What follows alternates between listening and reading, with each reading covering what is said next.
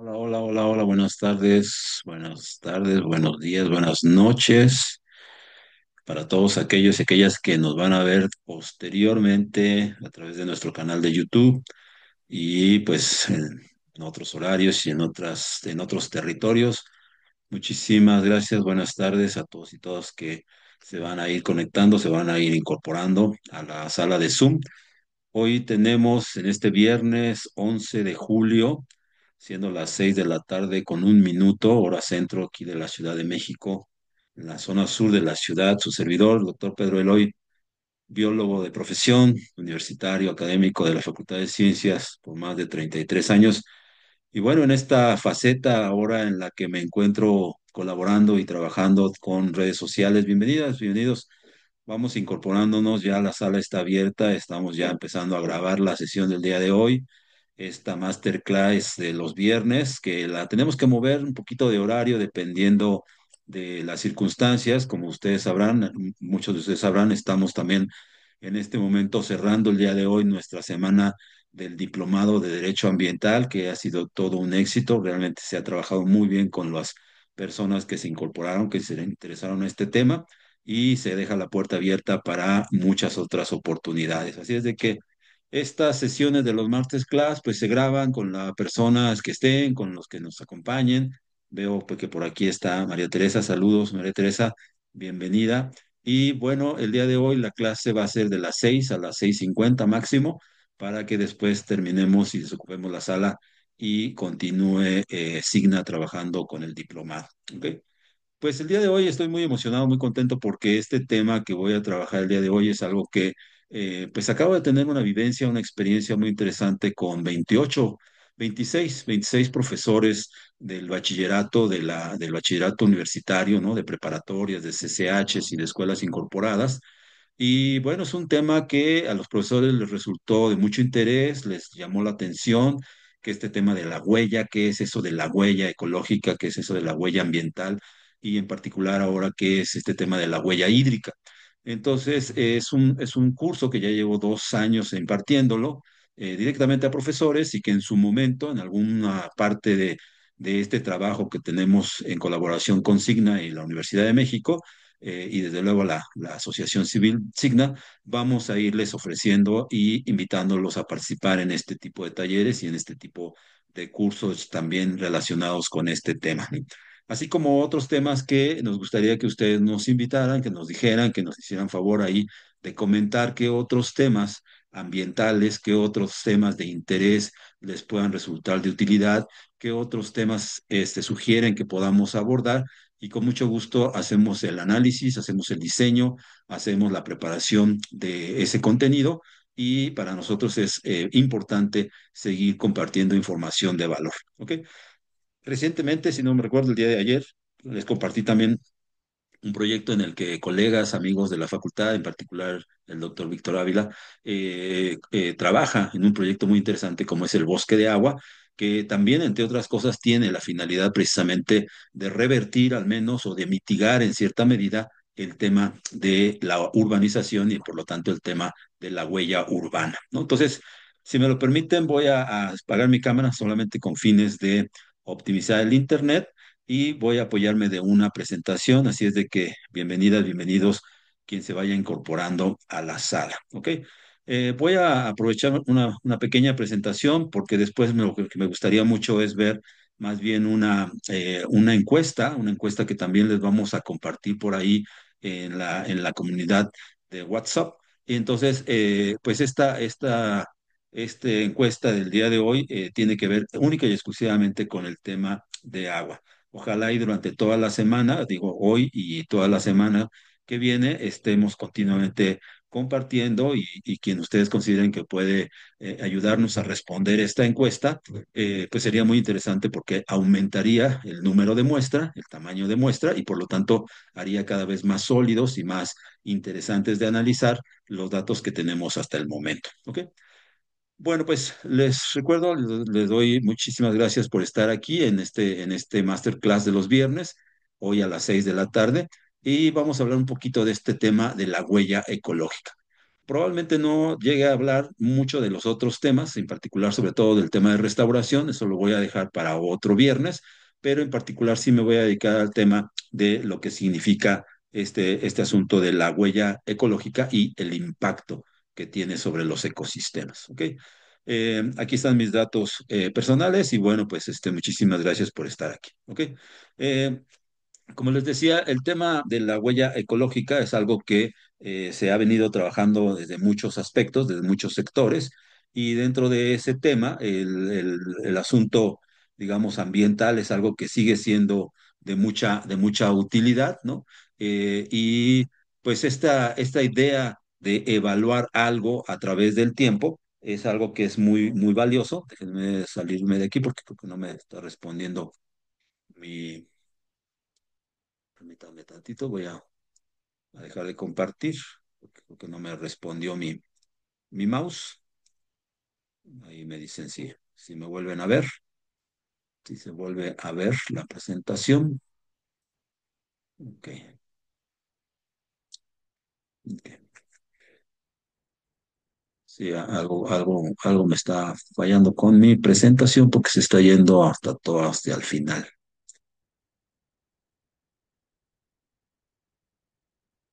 Aquí está. Ujú.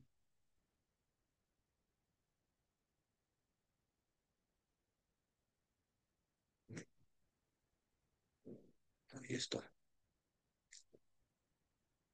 Una disculpa, pero esta parte técnica de los software es algo que hay que resolver. Aquí estamos ya. Esperemos que todo vaya en orden, ahora sí. Ahí está. Y voy a utilizar el modo de pantalla total para que se vea mejor. ¿Ok? Ustedes me indican si se ve mejor. Ahí está. Y ahora sí ya tengo mi puntero y ya tengo chance de pasar las diapositivas. Bueno, correcto, se ha resuelto el tema. Como les decía, el tema de huella ambiental en general, el concepto de huella en sí mismo, es algo que se ha venido trabajando en los últimos 20 años a nivel mundial. Ha habido ya distintos tipos de contribuciones. Ahorita no voy a profundizar en ellas, ni en los autores, ni en las tendencias, ni nada, pero si ustedes googlean y buscan en Google Form, digo, en Google académico, por ejemplo, o en el Google normal, van a encontrarse una gran cantidad de información relacionada con este concepto de huella ecológica, ¿no? La idea de huella inicia claramente con este elemento, este componente fundamental que es la idea de que en el planeta, en diferentes poblaciones a nivel mundial, se ha incrementado de manera muy, muy notable, muy sustancial, de manera prácticamente exponencial el incremento total mundial, el incremento de la población a nivel mundial, ¿no? Y esa es una dinámica, es algo que por lo visto la tendencia es seguir hacia arriba, sobre todo con expectativas del 2050, aunque localmente, regionalmente pudiera haber variaciones en el tamaño poblacional, en el crecimiento de la población en términos numéricos per se, pero numéricamente hablando total, la población se va a mantener creciendo, ¿no? Entonces, este concepto de huella parte precisamente con el tema de quiénes somos nosotros como seres humanos, como sociedades, como individuos, como empresas, como transformadoras de recursos, los que estamos claramente modificando el entorno, ¿no?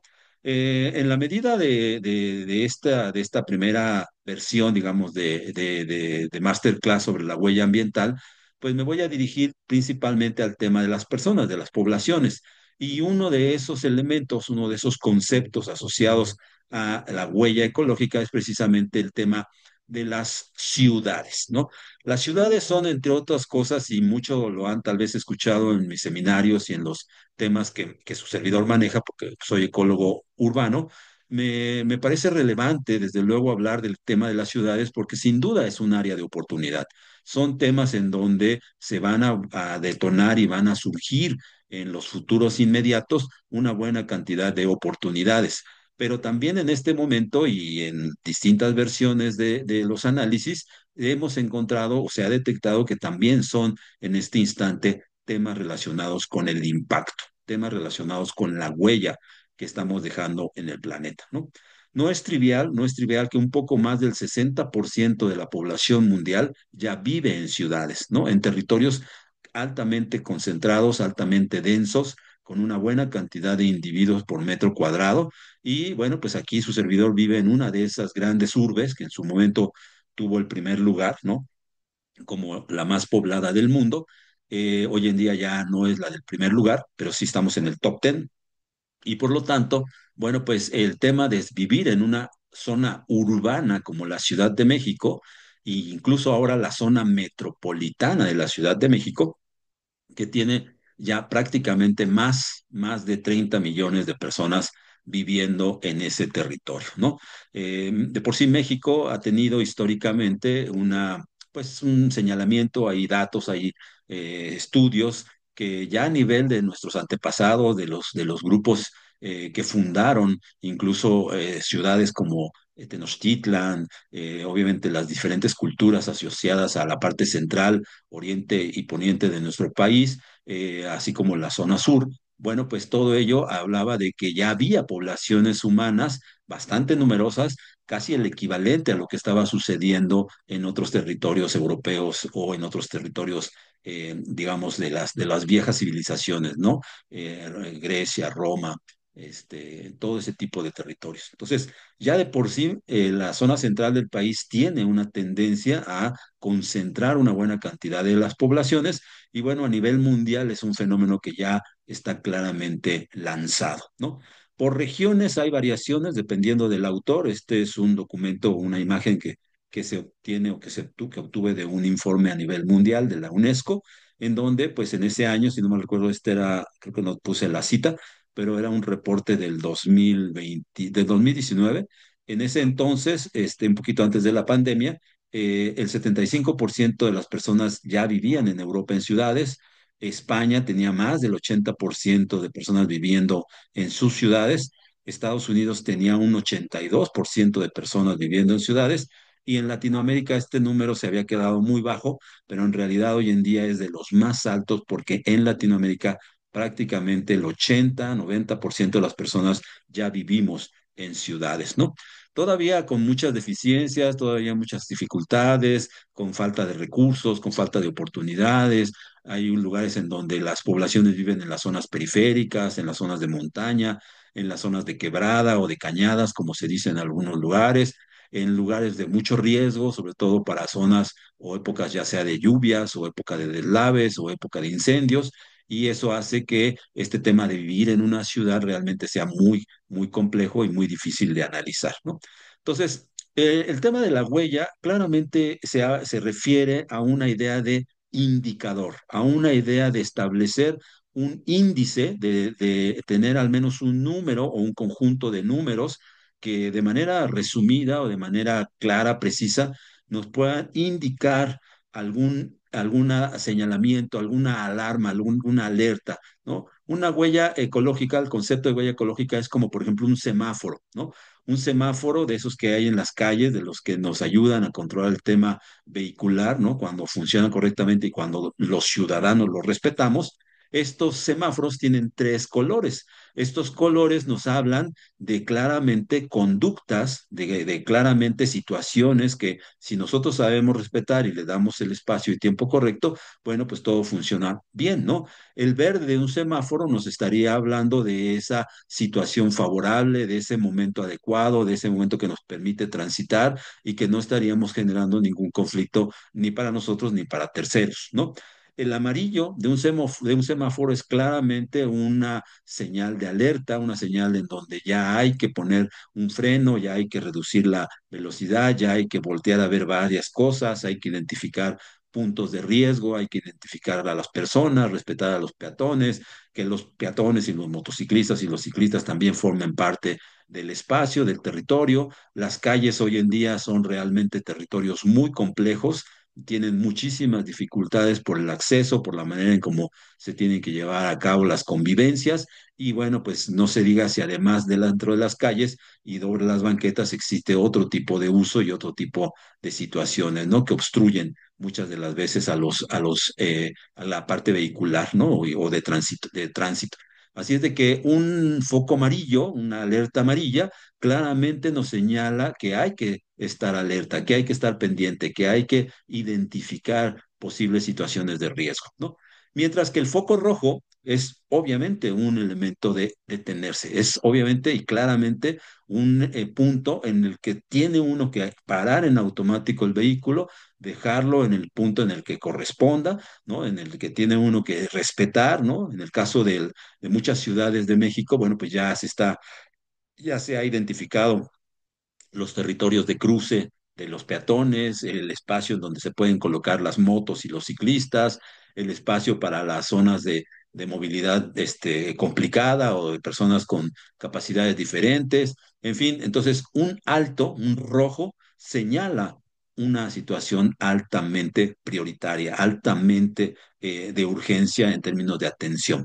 Por eso es que este rojo, en el caso del número que está aquí y que es un dato únicamente de reflexión para el año 2020, nos hablaba de que prácticamente el 6%, hoy en día prácticamente el 10% del Producto Interno Bruto generado en nuestro país es el equivalente al costo que le estamos haciendo a muchos de los recursos naturales de nuestro país, ¿no? Y hay quien se queda corto, dice, ¿no? Hay quienes dicen, no, es que 10% es realmente muy cortito, porque hay que tomar muchas otras variables, hay que tomar muchos otros equivalentes, ¿no? Aquí hay una serie de imágenes que claramente nos hablan de ese impacto, de esa huella, de esos fenómenos de degradación y de contaminación que le estamos generando cada minuto a nuestro entorno y que, como vimos en el diplomado, ¿no? Lo verán en su momento si están interesados en participar, pues son temas que son bien difíciles de abordar, pero afortunadamente teniendo a los expertos, teniendo a las personas que saben de este tema y saben cómo acompañarlos, bueno, pues pueden ustedes atender y participar de este tipo de denuncias, de este tipo de querellas, de este tipo de demandas en tanto al legítimo calidad y bienestar de nuestro entorno, ¿no? Entonces, estos indicadores, esta huella ecológica es como un semáforo, ¿no? Pero no es nada sencillo, no es nada sencillo dimensionar. O sea, esta imagen, que claramente es una imagen de Photoshop, es una imagen sobrepuesta, pero es muy elocuente en el sentido de cómo es que nuestra ciudad, nuestra civilización, nosotros como seres humanos que nos identificamos y nos hemos reconocido como una especie inteligente, ¿no? Como el Homo sapiens sapiens, ¿no? Que es esta especie que tiene habilidades, que puede discernir, que puede tomar decisiones, que sabe hacer herramientas, que puede construir una ciudad, que puede construir una nave espacial, que sabe manejar el ChatGPT. O sea, esta especie que se dice a sí misma inteligente, es la que claramente está impactando en el territorio, en el único territorio que tenemos, que son nuestros continentes en el planeta. Y también ya hoy en día claramente ha impactado en nuestro mar, en nuestros mares planetarios, que también ya sufren hoy en día grandes afectaciones e impactos, principalmente por temas de calentamiento, principalmente por temas de acidificación y no se diga por temas de plásticos y microplásticos, ¿no? Entonces, aquí la pregunta es, ¿cómo dimensionar? ¿Cómo le hacemos para darnos cuenta de ese impacto que estamos teniendo en nuestras actividades, en nuestro día a día, ¿no? Y es algo que no es nada trivial, porque déjenme decirles, y eso es algo natural, desde que las civilizaciones, desde que los primeros seres humanos aparecieron en el planeta y se conformaron como un grupo, como un colectivo, como una comunidad en desarrollo, desde ese momento comenzaron a impactar en la naturaleza. Empezaron a extraer minerales, empezaron a comerse las vegetación, empezaron a identificar que era alimento a algunos animales, aprendieron a cazar, aprendieron a cultivar, aprendieron a ser ganaderos, aprendieron a quedarse en un solo sitio, ya no se movían tanto. Hay muchas comunidades humanas que siguieron moviéndose, que siguieron migrando, siguieron colonizando otros territorios y por eso es que llegó un punto o ha llegado un punto en el que prácticamente en todos los territorios del planeta hay algún ser humano, ¿no? Y ha generado una actividad y con sus actividades ha generado algún impacto. Lo que sí es importante de señalar es que al menos hasta antes de la revolución industrial, que quizás sea uno de los parteaguas, aunque habría que hacer una revisión histórica y no lo voy a hacer en este momento, pero queda como un siguiente tema. ¿Cuál es esa revolución industrial que ocurrió, por ejemplo, de la edad de piedra a la edad de bronce? ¿O cuál es esa revolución industrial que sucedió de la edad de bronce a la edad de hierro? Es decir, cada cambio, cada temporada, cada punto en el que los humanos como Homo sapiens identificábamos áreas de oportunidad y generábamos los conocimientos necesarios y las habilidades y destrezas para ocupar ese recurso, bueno, lográbamos también generar esa empatía, ese liderazgo, esa responsabilidad, esa compartir en comunidad ese desarrollo y, por lo tanto, identificar que ahí había un área de oportunidad, ¿no? Entonces, ¿en qué momento realmente cada época, desde que aparecieron las primeras civilizaciones, ha habido diferentes revoluciones, ¿no? Una revolución, a grosso modo, se considera ese cambio, esa época en la que hay modificaciones, en la que hay, se sale del área de confort, se sale de ciertas cosas que son ya monótonas o predichas o preestablecidas, ¿no? Y entonces el enfoque revolucionario sin ninguna duda, trae algunas consecuencias, trae algunos impactos, ¿no? Entonces, sin embargo, hasta antes de 1800, antes del siglo XVII, en realidad el impacto humano de las actividades de transformación en prácticamente todos los sectores que en ese entonces se desarrollaban era realmente muy bajo y por lo tanto, llamémosle así, era como del nivel amarillo, ¿no? Era del nivel amarillo, estaba empezándose a aprender ciertas sensaciones, ciertas alarmas, pero era algo que el planeta todavía podía absorber, que todavía el planeta lo podía manejar y con sus propios procesos naturales, el planeta como un sistema abierto, como un sistema que interactúa con su exterior y obviamente con su atmósfera interior, lo podía manejar y asimilar, ¿no? Como cuando nosotros nos cortamos, como cuando nosotros tenemos una herida, cuando tenemos una enfermedad, bueno, nos atendemos, tomamos un medicamento, tomamos un reposo, tomamos alguna planta medicinal y volvemos a una etapa de estabilización y una etapa digámoslo así, de recuperación, ¿no? Hasta antes de que la enfermedad no sea tan grave.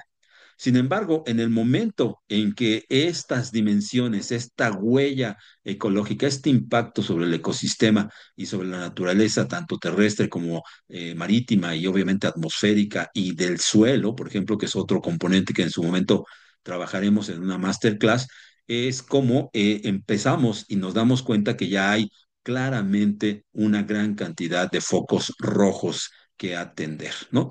Ya no es nada sencillo considerar que lo que estamos haciendo como civilizaciones a lo largo de los últimos 200, 300 años, necesariamente el planeta lo tiene que absorber. Por fortuna y en algunos casos, bueno, el planeta nos sigue ayudando. No hay ningún otro proceso ni industrial ni tecnológico. Hoy en día, a estas alturas del partido, yo me atrevo a decir como especialista que aún teniendo ChatGPT, teniendo impresión 3D y teniendo realidad aumentada y teniendo un montón de cosas que están ahí afuera y creciendo y aportando una buena cantidad de información, no existe ninguna tecnología al día de hoy que sustituya lo que la naturaleza puede hacer todavía por nosotros. No hay ninguna desalinadora, por ejemplo, a nivel industrial, que sea el equivalente a lo que el mar desaliniza de manera natural simplemente por la evaporación de agua en el proceso natural de calentamiento. No hay, no existe.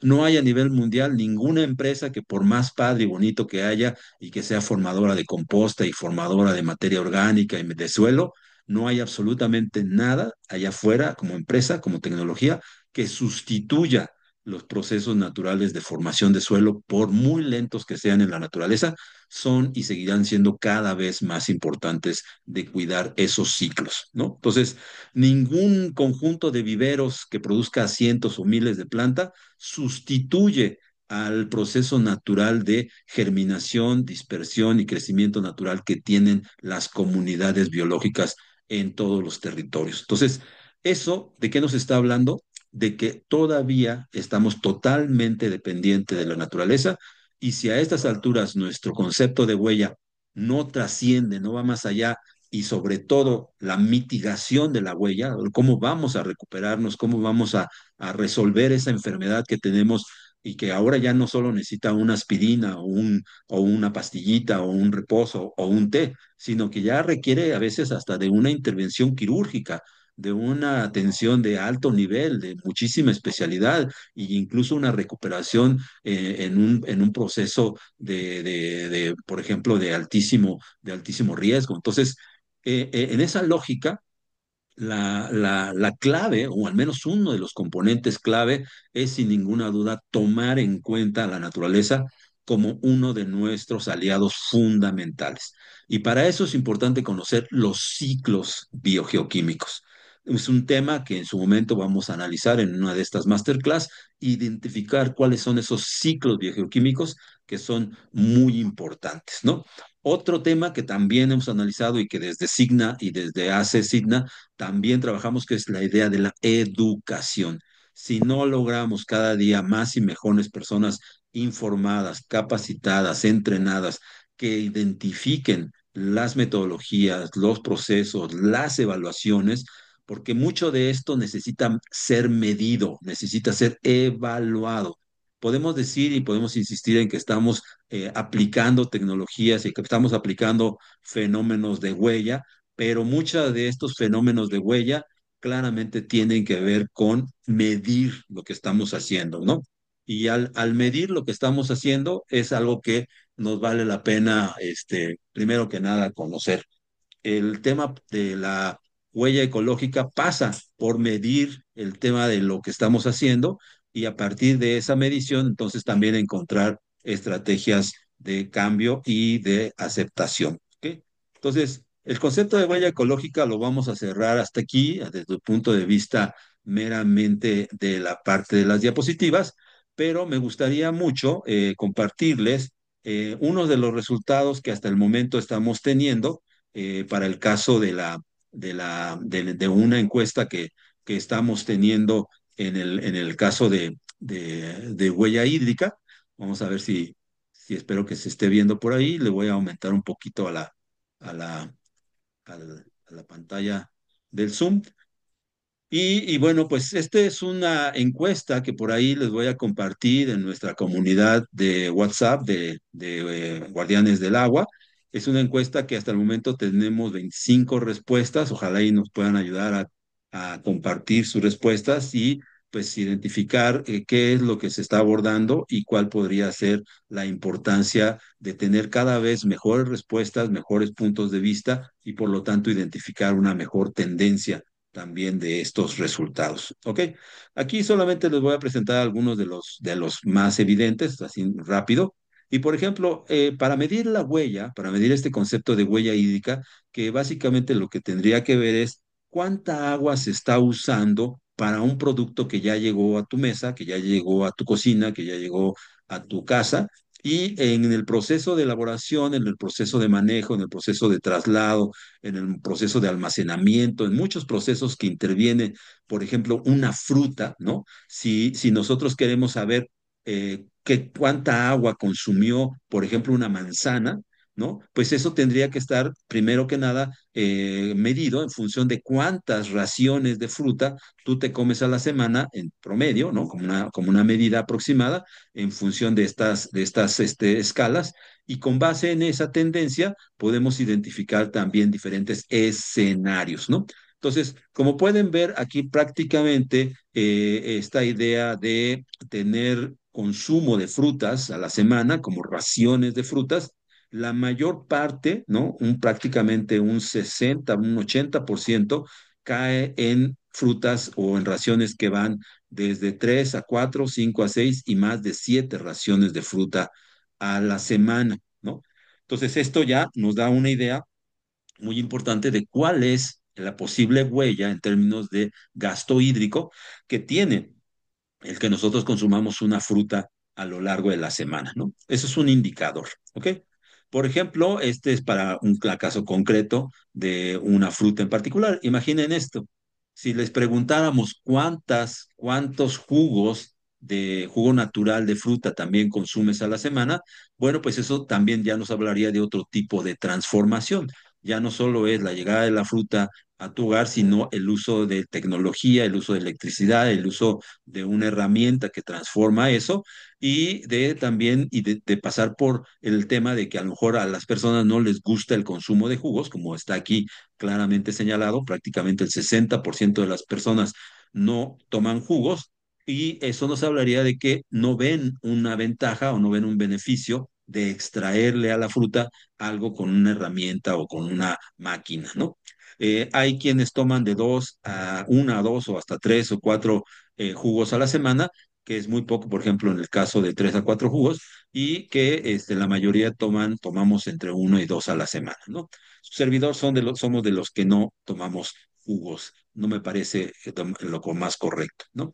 En el caso del café, por ejemplo, todos y cada uno de nosotros nos hemos tomado una taza de café, ¿no? Hay quienes no se lo toman, un 16% no toman café, por lo tanto, pues el café, si es que como tal es uno de los productos que tiene una huella ecológica muy particular, ¿no? Pues desde su cultivo, su mantenimiento, su manejo, su traslado, su tostado, hasta la llegada a nuestra casa, bueno, pues hay un 16% de personas que no toman café, ¿no?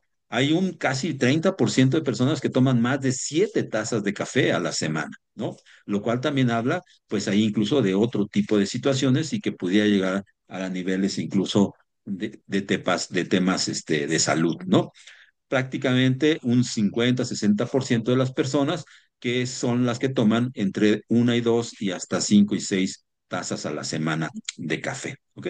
Entonces, pues este tipo de resultados se convierten en datos muy interesantes que habría que analizar, que evaluar y ponerlos obviamente en el contexto de cuál es el tema y de cuáles son los impactos que está teniendo, por ejemplo, consumir en promedio una tortilla o una pieza de tortilla a la semana, ¿no?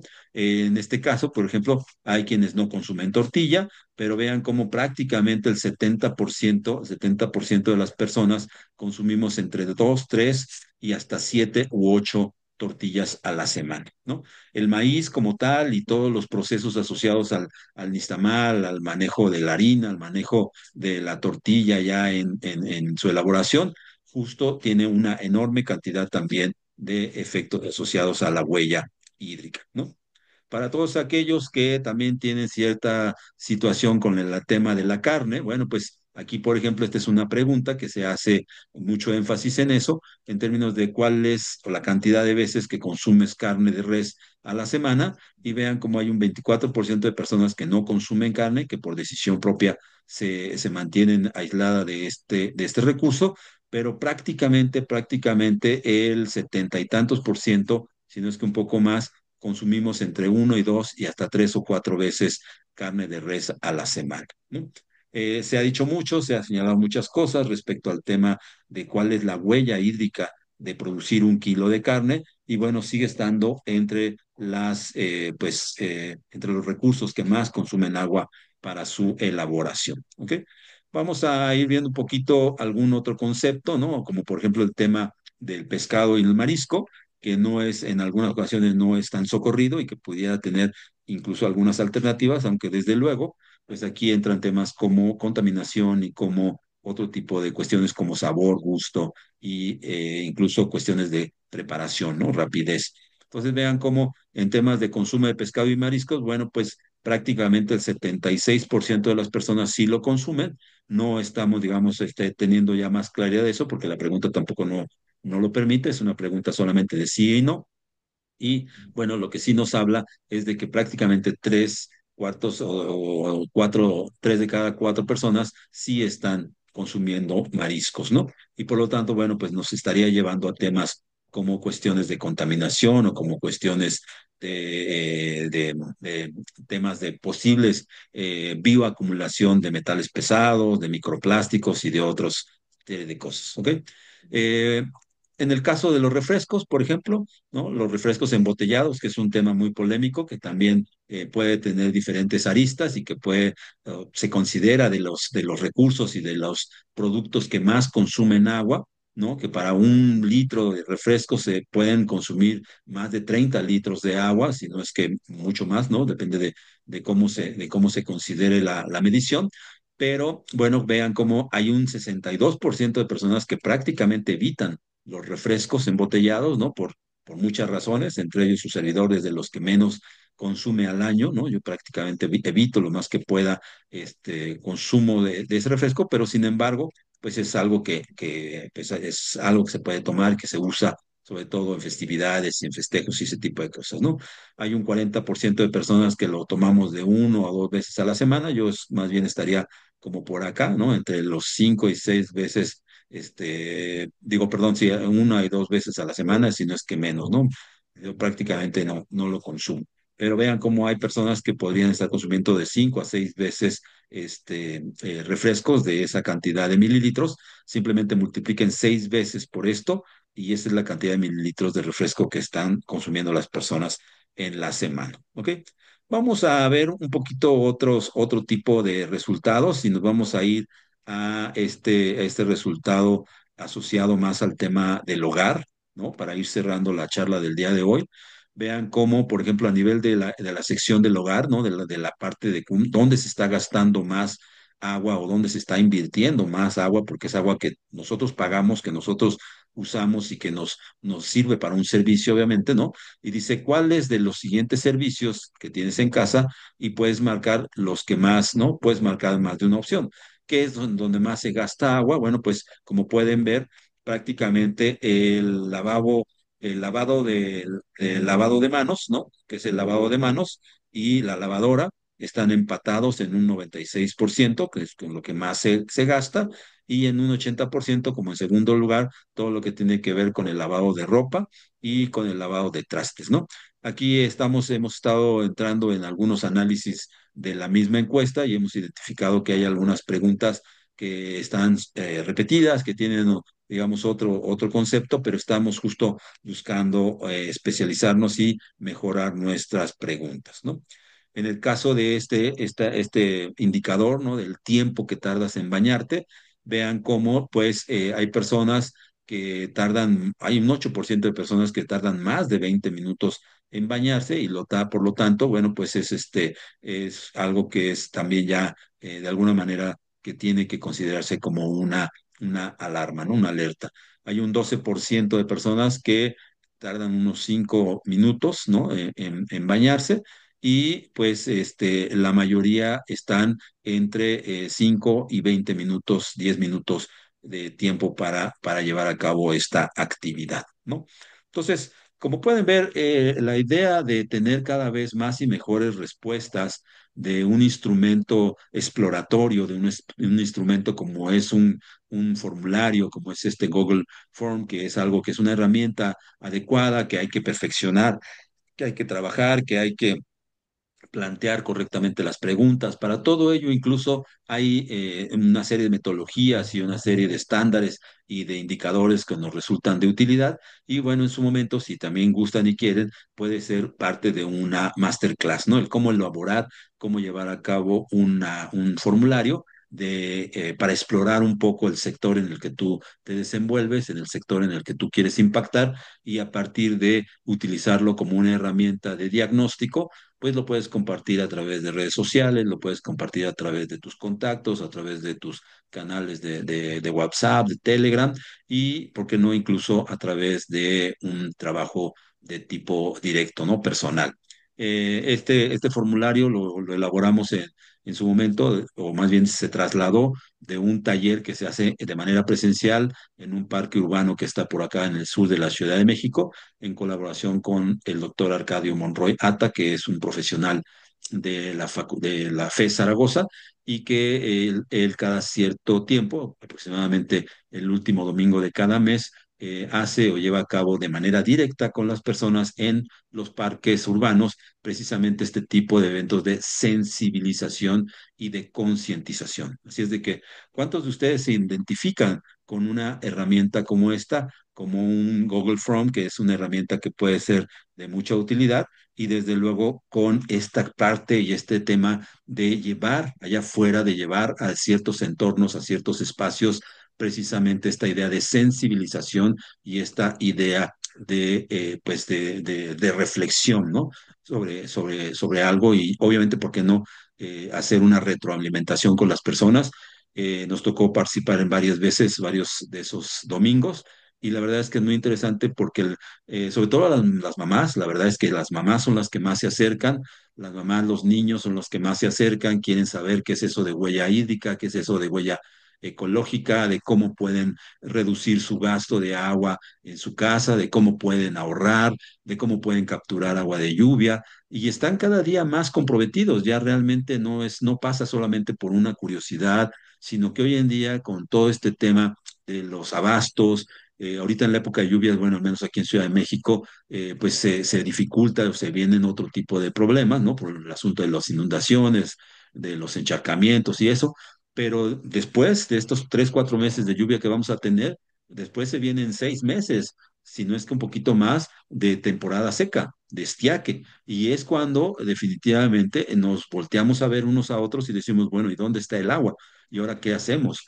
Toda esa agua que teníamos, que vimos pasar y que se va a las coladeras y que se va al drenaje profundo y que se va por el Tajo de Nochistongo, ahora hacia la salida a Tula. Bueno, ¿qué le hicimos a esa agua? ¿Dónde, en qué momento perdimos nuestra reconexión y nuestro contacto con este recurso tan importante, al menos aquí en el Valle de México, ¿no? Y obviamente en todos los territorios del país.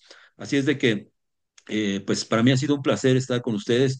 Ojalá y en estos 8 minutitos que nos queda antes de cerrar la masterclass del día de hoy, puedan, alguno de ustedes, alguien que ande por ahí, María Teresa, Víctor, Octavio, alguien que quiera platicarnos algo, comentarnos algo en estos 8 minutitos que quedan. Y pues si no, pues les digo, esta masterclass, la idea de los viernes, ya sea de 6 a 7, de 7 a 8 o de 8 a 9, dependiendo de cómo esté nuestra agenda en Signa y en la asociación civil, pues vamos a tratar de que todos los viernes tengamos esta secuencia y esta idea de transmitir y de compartirles información de valor, ¿ok? No se les olvide compartir algo en el chat si tienen por ahí y quieren escribirlo, o a lo largo de la semana en nuestra comunidad de WhatsApp también está para eso, para que compartan y para que nos puedan dar sus puntos de vista, ¿ok? ¿Alguien quiere tomar el micrófono? ¿Alguien quiere abrir su cámara? ¿Quiere comentarnos algo? Tenemos 7 minutitos. ¿Quién dice yo? A ver, ¿quién anda por ahí? Que nos quiera apoyar, que nos quiera compartir algo el día de hoy. ¿Qué les pareció este tema de la huella ecológica? ¿Ya lo habían escuchado? ¿Ya habían hablado de él alguna vez? A ver, ¿quién dice yo? ¿Quién dice yo? ¿Nadie por ahí? Recuerden, entonces les voy a... Víctor, no sé si abrió su micrófono, adelante, si gusta. Estamos aquí escuchándole. ¿Nadie? Nadie, nadie. Bueno, pues entonces, como les decía, esta es una serie de actividades académicas que estamos impulsando desde nuestro centro evaluador y nuestra asociación civil, con fines más que nada de compartir información de valor, invitarles nuevamente a que identifiquen esta oportunidad que se les ha ofrecido, que se les ha mencionado a lo largo de los seminarios y que está abierta en el momento que ustedes tengan la disposición, en el momento que ustedes sientan que tienen las condiciones de iniciar su proceso de certificación, en particular en el estándar 180, que es promoción de cultura del agua, que estamos también completamente, muy, muy intensamente trabajando en él para llevarlo a los diferentes ámbitos y los diferentes reconos de la sociedad. Y desde luego, pues con todos y cada uno de los demás estándares que tenemos, su servidor, como les ha platicado alguna vez o les ha dicho Patricia cuando me presenta, pues su servidor también tiene certificación en consultoría, ¿no? Que es lo que generalmente más hago, que es consultoría ambiental, trabajo directo con empresas. Tenemos también la parte de la certificación en diseño de cursos, tanto a nivel presencial como a nivel online. Y desde luego tenemos también certificación en la impartición de cursos, tanto a nivel presencial como a nivel online. Entonces, en particular, el estándar de especialidad que yo manejo ahorita es el estándar 0180 y por ahí estoy impulsando y trabajando también el tema de liderazgo efectivo en las organizaciones, pero con esta visión de utilizar a la naturaleza como una de nuestras aliadas. ¿Ok? Entonces, pues no me queda otra más que despedirme del día de hoy, a menos de que haya algún comentario final, alguna duda, alguna pregunta. Estoy a sus órdenes, tenemos 5 minutitos, porque ya a las 7 nos vamos a ir a la sala de Derecho Ambiental. Al día de hoy, la licenciada Patricia va a hacer el cierre de este evento y pues va a quedar, la verdad, va a quedar bien bonito y con una gran área de oportunidad para otros momentos y otros interesados e interesadas. ¿Ok? Bueno, ¿alguien más? ¿Alguien más que nos quiera compartir algo, que quiera decir algo, además de yo? Desde luego, yo he estado usando la palabra. ¿Nadie? ¿Nadie?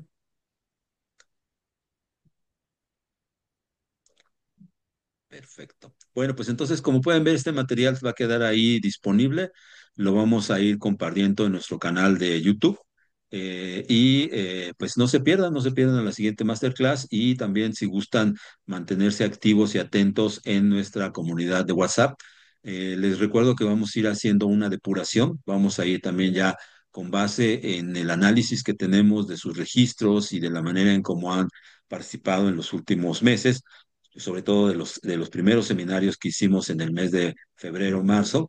Ya vamos a ir teniendo que depurar nuestra base de datos y vamos a ir liberando espacios. Si es de que si consideran que este no es el lugar para que ustedes sigan manteniéndose activos y presentes, pues están en todo su derecho de salirse de la comunidad. Y si no, también en su momento les haremos saber si gustan participar de los nuevos grupos y de las nuevas comunidades que para cierre del año vamos a ir generando tanto en el centro evaluador como en la asociación civil. ¿Ok?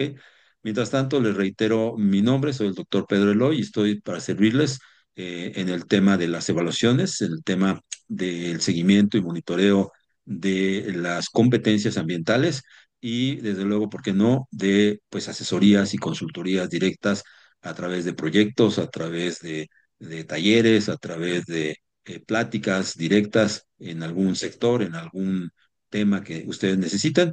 Es solamente cosa de que nos contacten y que nos planteen su necesidad. ¿Ok? Bueno, pues muchísimas gracias y nos vemos el próximo viernes. Hasta pronto.